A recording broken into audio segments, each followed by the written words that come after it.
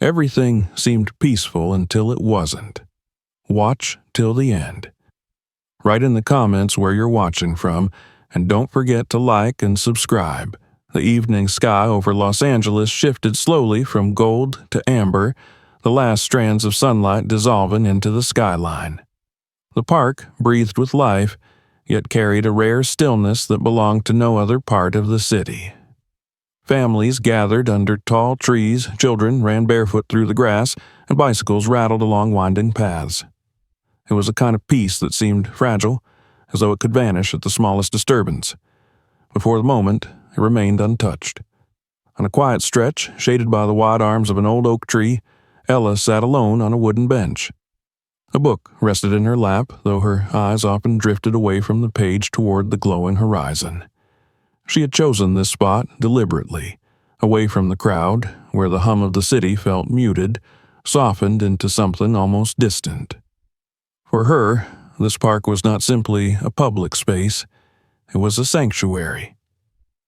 Ella leaned back against the bench, the wood pressing gently into her shoulders, and inhaled the scent of grass mixed with the faint perfume of blooming flowers. The air was warm, clinging to the remnants of the summer day, and every breath she drew felt like medicine for her tired body. For once, her mind was free. No work, no calls, no endless lists of things undone.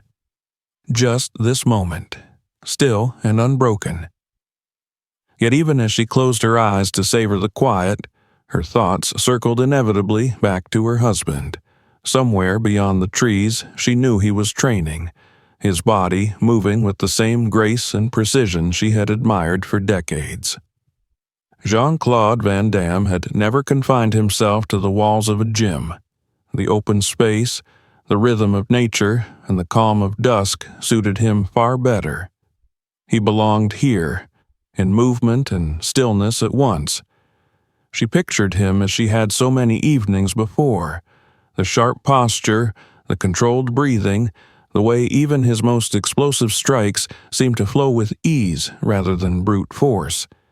Years of martial discipline had carved him into something beyond ordinary strength, a presence that radiated both calm and readiness. He was larger than life, yet anchored by humility, his quiet composure stronger than any boast. For Elle, that was the greatest comfort of all. She was not truly alone. Even sitting apart, she carried the unspoken reassurance that he was near. She adjusted the hem of her dress as a breeze passed through, pulling her shawl closer around her shoulders. It was not cold, not yet, but the gesture grounded her. Her gaze returned briefly to the book, though the words refused to stay in focus. Her attention strayed again and again to the sounds around her, laughter echoing from across the field, the bark of a distant dog, footsteps crunching faintly over gravel paths. Ordinary sounds, simple sounds, and yet they carried weight because they signaled safety. This was what she had craved all week, a pause from everything, a moment where the world did not ask for more than her presence. She thought of the contrast, the city outside the park's borders, restless and demanding, filled with traffic and voices that never quieted. Here, however, the pace slowed. Here, she could breathe without urgency.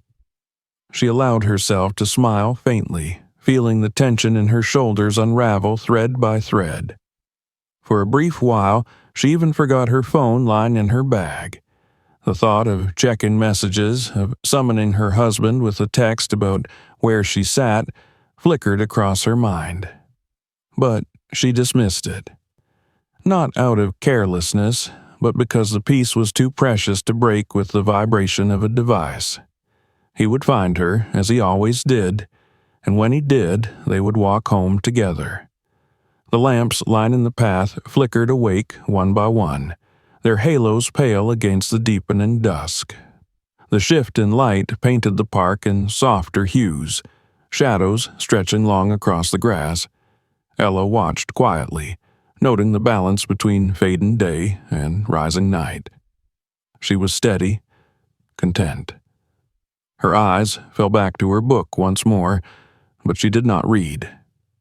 She simply held it, letting the rhythm of the evening wrap around her. Couples walked past holding coffee cups. A man tossed a ball for his dog. The ringing bell of a vendor's cart carried faintly from the park's edge. Everything was in place, ordinary yet beautiful in its ordinariness. Ella breathed deeply and let her eyes close again. She told herself there was nothing here that could disturb her. Not now, not while the city's noise had been left behind, not while the park cradled her in quiet. She believed it. She wanted to believe it. Her thoughts turned again to Jean-Claude. She could imagine the rhythm of his strikes, the precise movements of his legs cutting through the air with a sharpness honed over years. There was something comforting in the thought of his discipline, his unshakable composure. She knew that even in silence he carried a kind of strength that was always present, like a shield invisible but unbreakable. And in that belief, she relaxed completely, unaware that shadows were shifting around her, that not all footsteps in the park carried innocence. As the sky deepened into twilight, a silence settled heavier across her bench. The voices of families, though still present, seemed distant. The glow of the nearest lamp spilled across the ground, forming a pale pool of light. Ella adjusted her shawl again, her body easing into the bench as if she could melt into the wood itself. She allowed herself to think a single fragile thought. Tonight, nothing can touch me. And yet, somewhere just out of sight, the sound of deliberate footsteps on gravel had already begun. The crunch of footsteps on gravel grew distinct, unhurried and deliberate, as if each step had been measured against the quiet.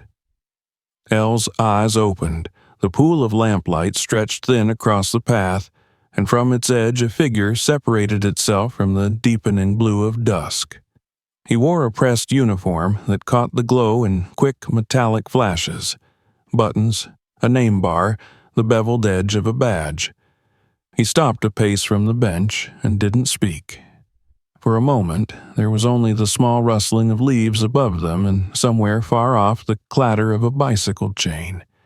The officer lifted his chin slightly, as if assessing the scene rather than participating in it. Then he nodded as though granting permission to his own arrival.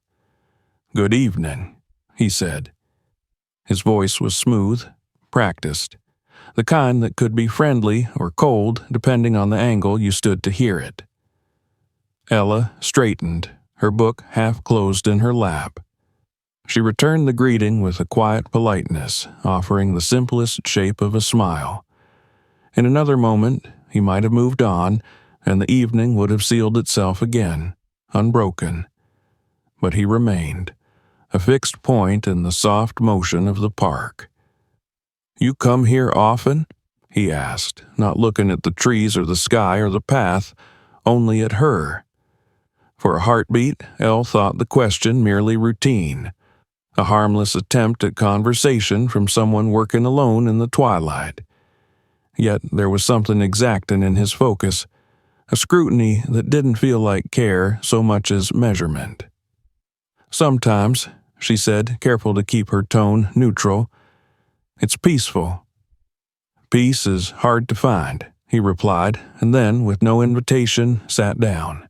The wooden bench gave a low creak. He chose the space close enough that she felt the shift in the air, the faint heat of his sleeve against her shoulder blade where his arm rested along the backrest. The brim of his cap cast a small, hard shadow over his eyes. His posture said official. The angle of his body said otherwise.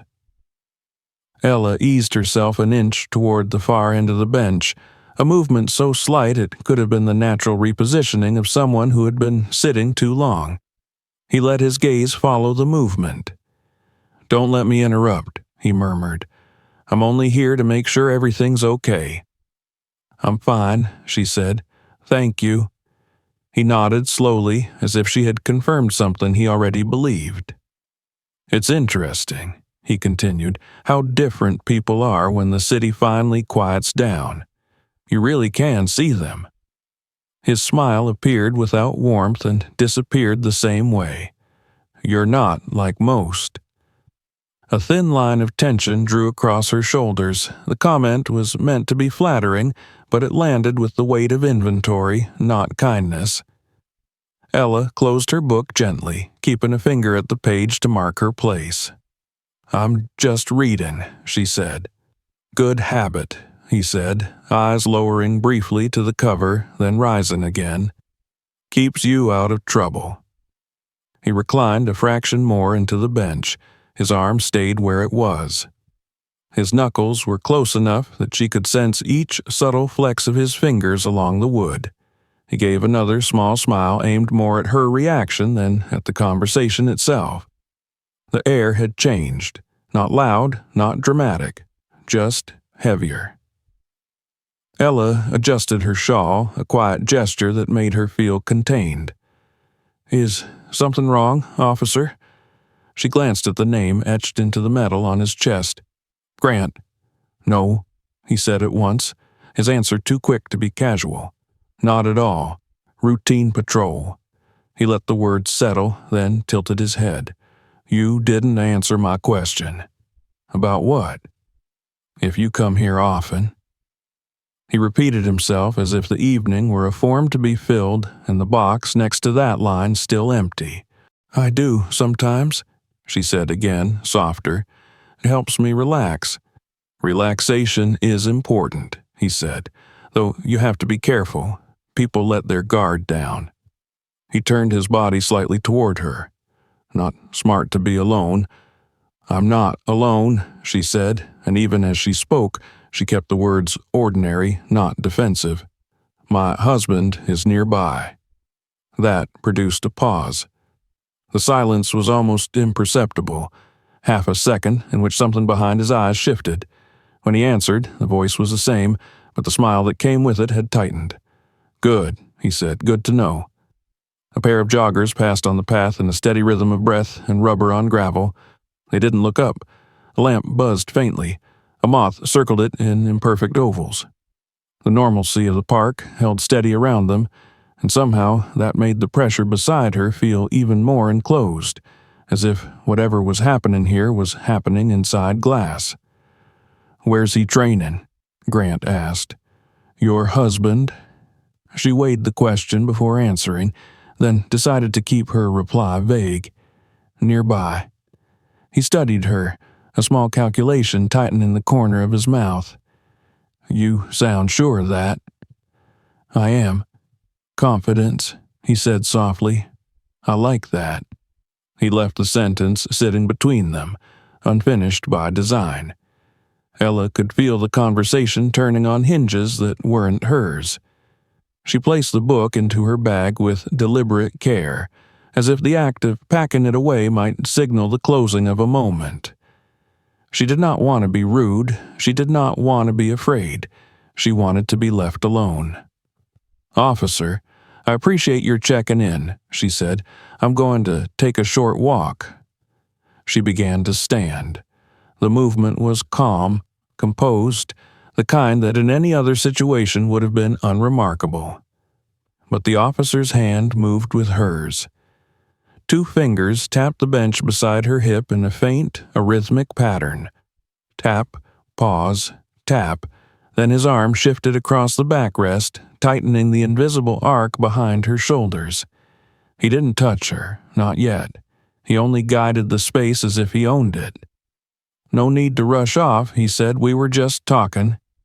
"We were," she agreed, polite, steady, "but I prefer quiet." "That's so?" He smiled again, not unkindly, but with a slight narrowing of the eyes. "You seemed fine a minute ago." "I was." The wind threaded through the oak leaves, and for a second the shadows above them trembled like a held breath. Ella straightened fully now, rising to her feet. Her bag slipped onto her shoulder with a small whisper of canvas. She took a half step to the side to pass in front of the bench. Grant stood when she did.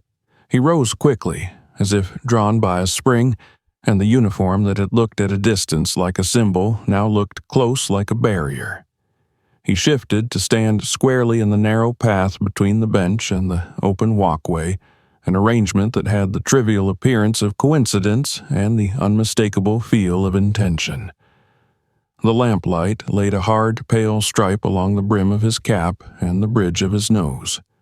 "Where's the fire?" he asked lightly. "There isn't one," she said, keeping her eyes level with his, refusing the invitation to dart or drop. "I'd like to walk." He didn't move. The path behind him remained open for everyone else, but closed for her. The nearby sounds of the park continued. Voices, wheels on stone, a dog's collar chiming, as if nothing at all was wrong, as if what she felt belonged only to the space inside her chest.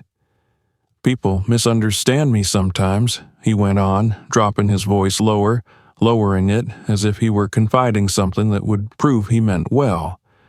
"They think I'm here to make their lives harder. I'm here to help." "I don't need help," she said. "Everyone needs help." The words were softer, but they came out like an instruction. His eyes stayed on her face. "Tell me your name." "Elle." "Elle," he repeated, testing the sound, the way someone tests a door they expect to open. "Pretty name, elegant. You don't look like you belong out here alone." "I told you, I'm not alone." Another micro pause, another small change in the cast of his mouth. "Right, your husband." She did not answer. The quiet between them thinned, became a filament that could snap with a breath. "Let me walk you," he said. "No, thank you. It's safer that way." "I don't feel unsafe," she said. It was true and untrue at once. She didn't want to give him the authority to define the world around her. She didn't want to move by his measure of risk. He shifted weight subtly to one foot, the heel of his boot making a deliberate scrape on the gravel as he turned, blocking more of the space. His hand lifted in a small gesture, the sort that could be taken as harmless if one were not standing inside its radius. He pointed, not at the path or the trees or the lamp, but at nothing, just a motion to keep her paused. His smile returned, thinner. "You seem nervous, Elle." "I'm not. You're clutching your bag." She glanced down. The strap was pressed into her palm. She loosened her grip, not for him, but for herself. "I'm going to walk now," she said evenly. "Please step aside." He didn't move. His gaze walked over her features with an attention that felt like intrusion. The angle of his shoulders squared. The words he chose sounded benign. The cadence he used did not. "You should be careful who you talk to," he murmured. "Some men don't take no for an answer." The sentence landed like a cold draft. It wore the costume of advice and carried the weight of a warning. Ella swallowed, steadying her breath, then took another step. The distance between them narrowed to a pace. "Officer Grant," she said, and hearing the firmness in her own voice gave her a small anchor.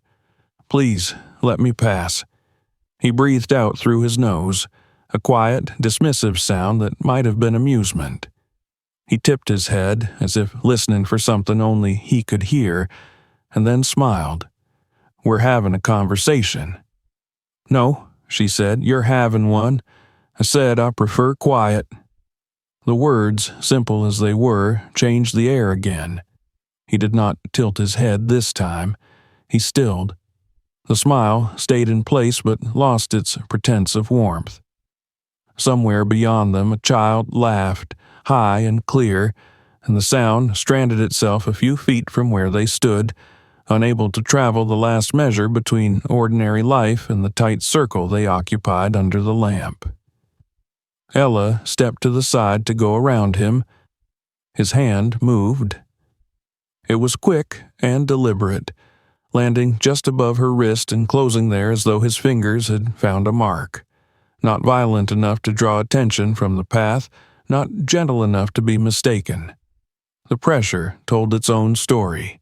Stay. Ella's breath hitched. The shock came first, a flare of disbelief, then the heat of anger, then the cold line of fear dividing them. She pulled back at once, instinct and clarity firing together. "Don't," she said, the word slipping out before she shaped it, clean and hard. He didn't release. The smile had gone entirely now, replaced by a careful blankness that was more revealing than any expression. His eyes flicked to the side, swift and assessing, as if confirming that the path held only strangers who would keep walking. The grip tightened, not much, but enough to formally claim the ground he had been circling. "Relax," he said softly, and the softness was more invasive than a shout would have been. "I'm making sure you're safe." "I am safe," she said, pressing each word through the tightness in her throat. "Let go." He hesitated, reading her face, perhaps weighing whether the balance of the moment would bend to him. The park around them continued, the world refusing to register the boundary that had been crossed in the space of a single touch. The lamplight hummed, the leaves whispered, the path flowed. Ella's gaze did not fall. She set her jaw, and when she spoke again, her voice was even. "I said, let go." For 2 beats he held. On the third, his fingers loosened. The sensation of release traveled up her arm like the wake of a dropped stone. She stepped back and squared herself, keeping distance, reclaiming breath. He watched her, and though his hand had fallen to his side, the claim in his posture remained. "You're jumpy," he said, almost musing. "No need to be. I'm here." She didn't answer that. There was nothing she could say that wouldn't feed the shape he had built for the conversation. She lifted her chin and took another step sideways, choosing a line of movement that would neither brush him nor retreat from him. The bench sat behind her now like a discarded stage. The path stretched ahead. "Good night," she said. He shifted again, subtle as a cloud crossing the face of the moon, and reoccupied the narrow space. The distance inside their circle shrank once more. The evening's calm, which had seemed so complete, now stood in ruins at her feet, scattered and shining like the remnants of a glass she hadn't known she was holding. His voice returned, low and even, meaning to sound reassuring and sounding instead like a hand closing around a door from the other side. "Don't walk off just yet, Elle," Officer Grant said. "We're not finished." The oak shivered above them. The lamp hummed. Somewhere in the near distance a ball thudded against grass and a child squealed with delight. The park kept moving. Here the world narrowed to a point. She felt the boundary of the moment harden, the line between conversation and pressure, between presence and intrusion. She steadied her breath, set her feet, and met his gaze without blinking. The peace that had wrapped the evening was gone. What remained was a small, tight frame of light and shadow, a bench, a path, and 2 figures holding a silence that would not last. The night deepened by degrees, and with it the park seemed to draw a curtain between what was ordinary and what was not. Families continued their slow retreat home, their laughter thinning into the distance. A few joggers lingered on the paths, their rhythmic footsteps echoing briefly before fading again. To anyone passing, the scene beneath the oak might have looked unremarkable. An officer standing near a woman, words exchanged in low tones. But for Elle, every second of it pressed down like a vice. Officer Grant stood too close.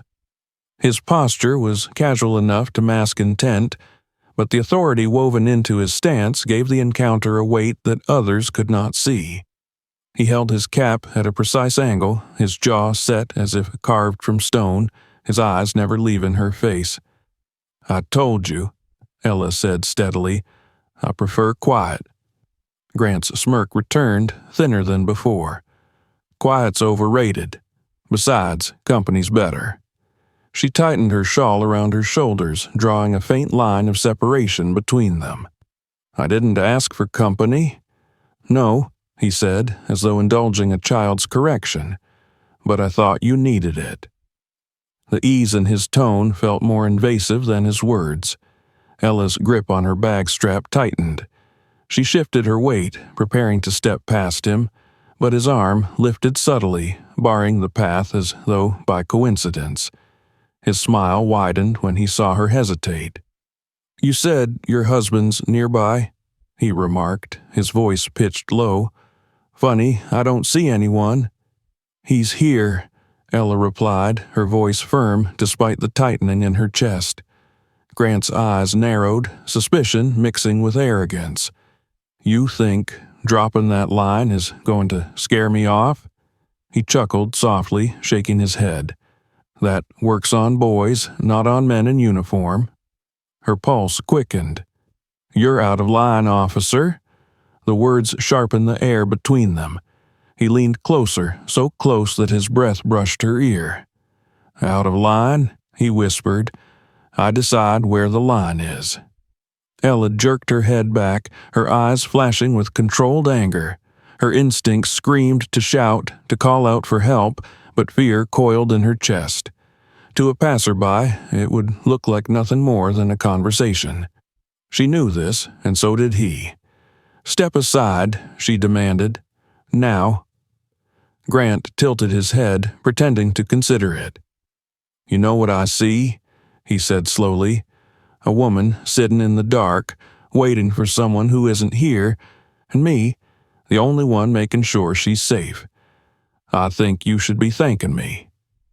The last words dripped with mockery. Ella took a breath, steadying herself. "You're not making me safe. You're making me uncomfortable." That pierced him more than she expected. His smile vanished, replaced by a sneer. He leaned in again, his voice sharp. "Careful. Words like that can be twisted. Who do you think they'll believe? You or me in this uniform?" The mention of his badge landed like a stone. He tapped it once with his finger, a faint metallic click punctuating his threat.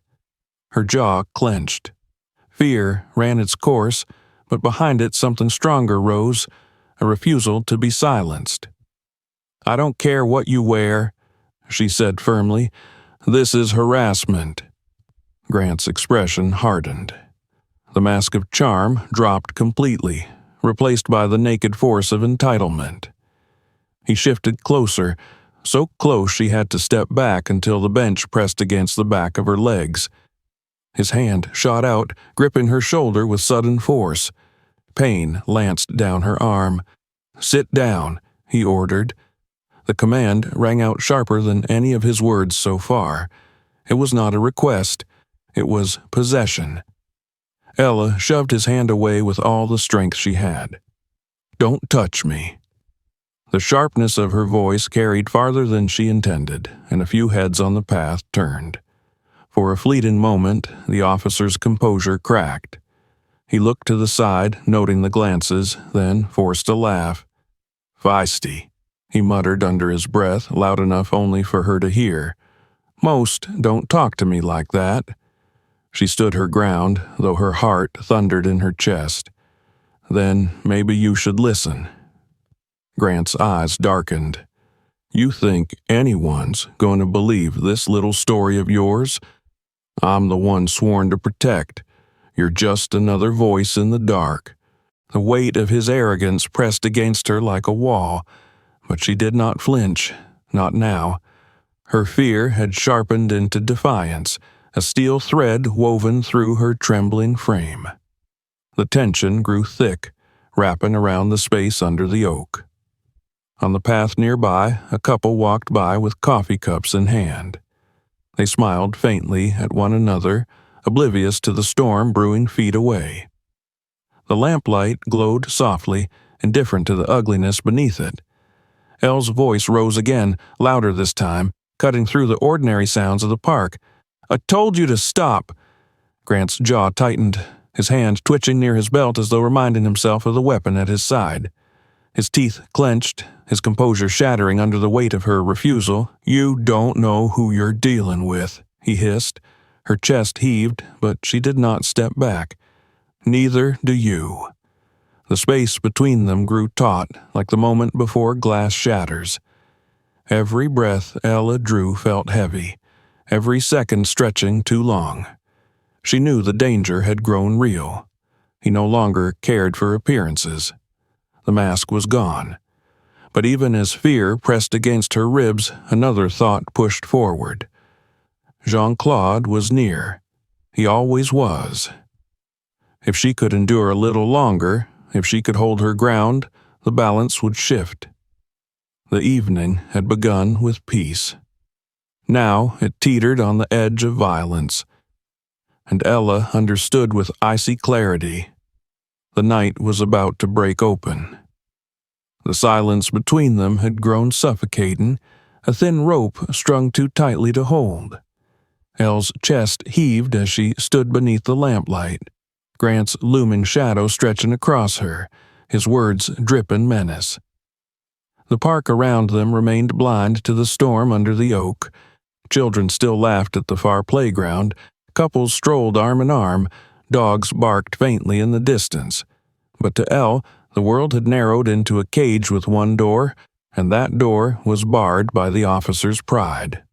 Grant's grip flexed once more, his fingers brushing toward her shoulder with the intent to claim, when suddenly another shadow spilled into the circle of light. It cut across the bench, broad and certain, a silhouette she knew before her eyes confirmed it. Relief flooded her chest so sharply it nearly broke her breath. Jean-Claude Van Damme stood only a few paces away. He had just finished his training routine, his body still carrying the steady rhythm of exertion. His stance was relaxed, but the ground itself seemed to anchor him, his presence immovable. The lamplight glinted against the sheen of sweat on his temple, the faint rise and fall of his chest the only sign of his breathing. His face was calm, too calm, and in that stillness lay a force far more dangerous than rage. Elle's voice trembled as she exhaled his name. "Jean-Claude!" Grant turned sharply, his eyes narrowing at the man before him. His authority, worn like armor moments ago, faltered for a heartbeat as he took in the figure standing so firmly in the dim light. He registered the broad shoulders, the precise balance of weight, the composure that radiated not just confidence but certainty. For the first time that evening, uncertainty flickered in his gaze. But arrogance, stubborn and blinding, clung to him still. "This is a private matter," Grant said coldly, his tone clipped. "Move along, sir. You don't need to be here." Jean-Claude didn't move. His gaze didn't waver. When he finally spoke, his voice was quiet, even, yet carried weight enough to silence the air around them. "Is there a problem here?" The words were not a question so much as a line drawn in the sand. Ella's throat tightened. The calm in her husband's voice steadied her trembling body. She rose a fraction taller, though she stayed rooted to the spot, knowing the storm was no longer hers alone to face. Grant's lip curled into a sharp, humorless laugh. "You're interfering with police business. She and I were having a conversation. Nothing you need to stick your nose into." Her anger burst through her fear, her voice ringing louder now. "A conversation? You were harassing me." Grant's head snapped toward her, fury flashing in his eyes at the accusation spoken aloud. The words hung in the air, louder than the lamplight hum, sharper than the night breeze. A few passers-by slowed, their eyes lingering, their attention caught by the sharp edges in the exchange. Jean-Claude's expression remained calm, but Ella, who knew him better than anyone, saw the faint shift in his body, the coil of readiness beneath the stillness. His breathing, though steady, carried the quiet rhythm of control, every muscle set in patient precision. His eyes returned to Grant, and in them was no fear, no hesitation, only the steel certainty of a man who had stood in countless battles and carried discipline like a second skin. Grant puffed out his chest, the badge on his uniform catching the light as though it might shield him. He barked his words with brittle authority, aimed at Elle rather than her husband. "Don't make a scene. You'll regret it." That was when the air shifted. Jean-Claude stepped forward. Not rushed, not aggressive, just deliberate, each step echoing calm power. The space between them shrank until Grant was forced to meet his gaze directly, and in that gaze, his arrogance began to crack. "You just threatened my wife," Jean-Claude said softly, his voice calm as water yet cutting like glass. "That's the only scene here." Grant sneered, though strain edged his voice. "I told you, this isn't your business. Step away now, or I'll deal with you too." Elle's heart hammered. She wanted to cry out, to tell the officer exactly who stood before him, but she held back. Jean-Claude didn't need introductions. His presence was introduction enough. Stillness held him, but it was the kind of stillness that preceded motion, a calm sea with a storm beneath. The lamplight traced the edges of his frame, the readiness coiled in his posture. He did not flinch. He did not raise his voice. When he spoke, the single word carried more weight than any shout. "No." It landed like a stone in water, rippling outward, heavier than defiance, truer than threat. Grant faltered. His hand twitched near his belt, his jaw tightening. Pride pushed him forward, even as his confidence crumbled. "You don't know who you're messing with, old man. I could have you both in cuffs before you even know what's happening. You think anyone's going to believe you over me? I'm the law here." Jean-Claude tilted his head slightly, his eyes unblinking. "The law doesn't look like this, and you know it." The words struck harder than fists. Grant's sneer sharpened, his pride splintering under the crowd's eyes now gathering, phones discreetly lifted. His temper snapped. With a jerky motion, he lunged forward, shoving his hand toward Jean-Claude's chest, desperate to reassert dominance. But Jean-Claude moved as if the world had slowed. His hand shot up, intercepting the officer's wrist in midair, twisting it with fluid precision. In one smooth step, he shifted his weight, sliding into position guided by decades of martial discipline. The movement was not violent, but absolute. Grant gasped, his knees buckling under the leverage, his wrists locked immovably in Jean-Claude's grip. The crowd audibly gasped. One moment, the officer had lunged with aggression. The next, he was bent, powerless. "This ends now," Jean-Claude said quietly, applying just enough pressure to make his point. "You put your hands on her again, and you'll learn what justice really feels like." Grant gritted his teeth, humiliation coloring his face as he struggled in vain. The murmurs of onlookers swelled, phones rising higher, their glowing screens aimed like verdicts. Each recording stripped him of his shield. Jean-Claude released him suddenly, stepping back, allowing the officer to stumble forward. Grant caught himself against the bench, pride in tatters, chest heaving. Rage burned in his eyes, but fear glimmered too, buried and unacknowledged. "You think this makes you a hero?" he spat. Jean-Claude's reply was calm, steady, unshakable. "No. It makes me a man who won't let a bully hide behind a uniform." The crowd stirred at his words, the truth striking louder than any threat. Grant's pride fractured further, but instead of retreating, his fury drove him into recklessness. He lunged again, swinging his fist toward Jean-Claude's jaw. Ella gasped, her heart leaping into her throat. But Jean-Claude's body moved with effortless precision. He sidestepped, caught the officer's arm, and redirected his momentum with a swift twist. In an instant, Grant's body spun, his arm pinned behind his back in a seamless joint lock. He groaned in pain, thrashing helplessly, his uniform disheveled under the lamplight. Murmurs turned to exclamations. "Did you see that?" one voice whispered. "He didn't even try." Phones flashed higher, recording every second. Jean-Claude leaned closer to Grant's ear, his words quiet, cold, cutting. This is where it ends. Not tomorrow. Not later. Now.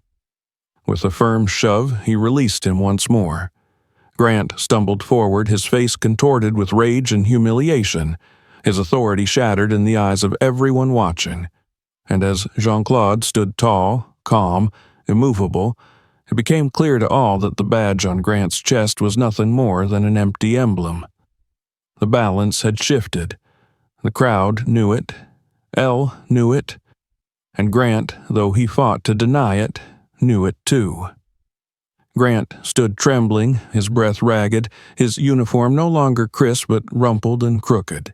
His cap had slipped askew in the struggle, his badge catching the lamplight like an empty emblem stripped of meaning. The murmurs of the crowd swelled around him, dozens of voices threading together into a hum that pressed as heavily as any verdict.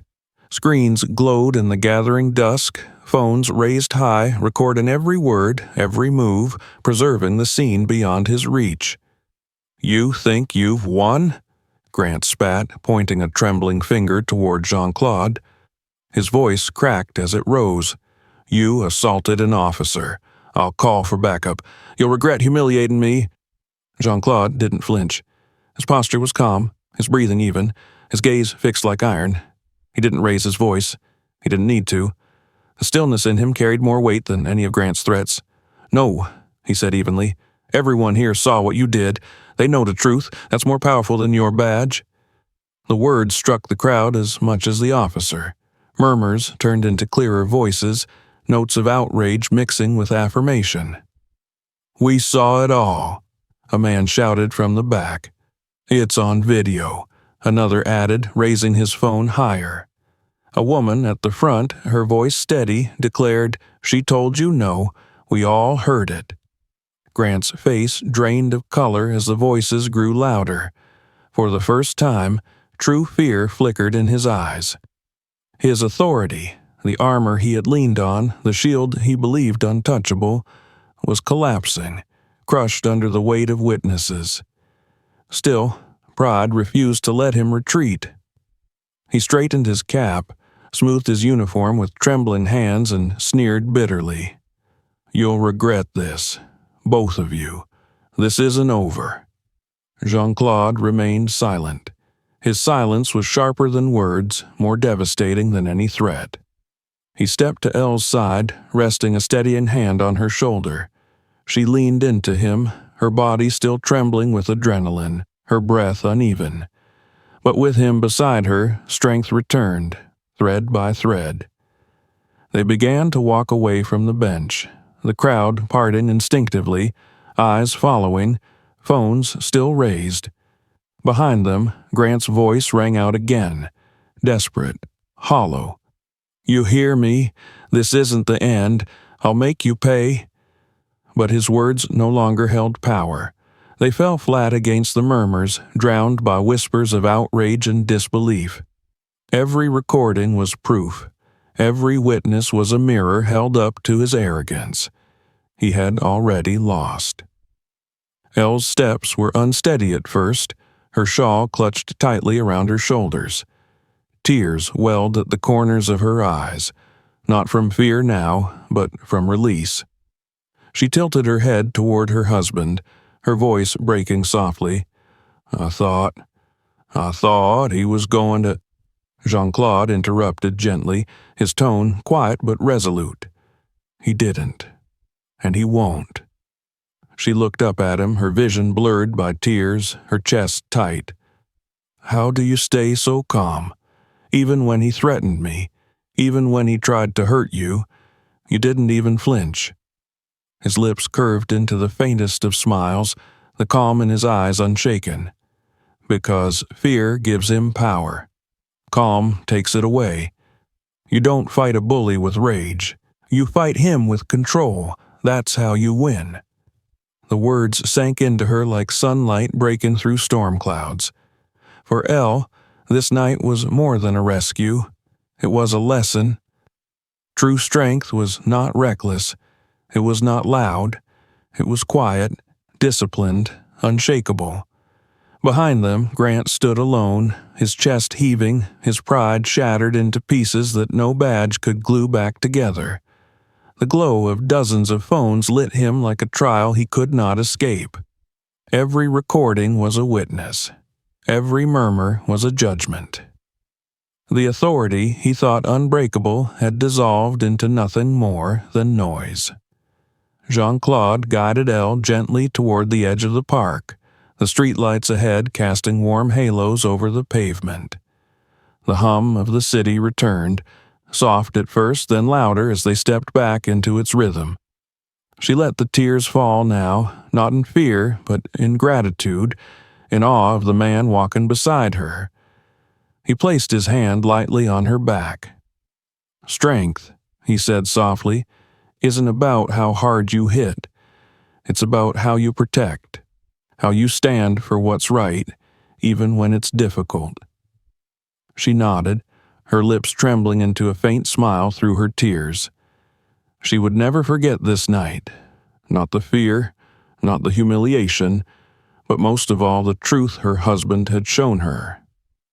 True power was not in intimidation, nor in a badge misused, but in the calm, unshakable strength of a man who stood for justice without cruelty and for love without weakness. Together, they disappeared into the lights of the city, leaving behind the broken echo of threats, a humbled officer, and a crowd that would not forget what it had witnessed. For Elle, for Jean-Claude, and for everyone who had seen the truth that night, the memory would linger, proof that arrogance always falls and justice, in its purest form, always finds its way.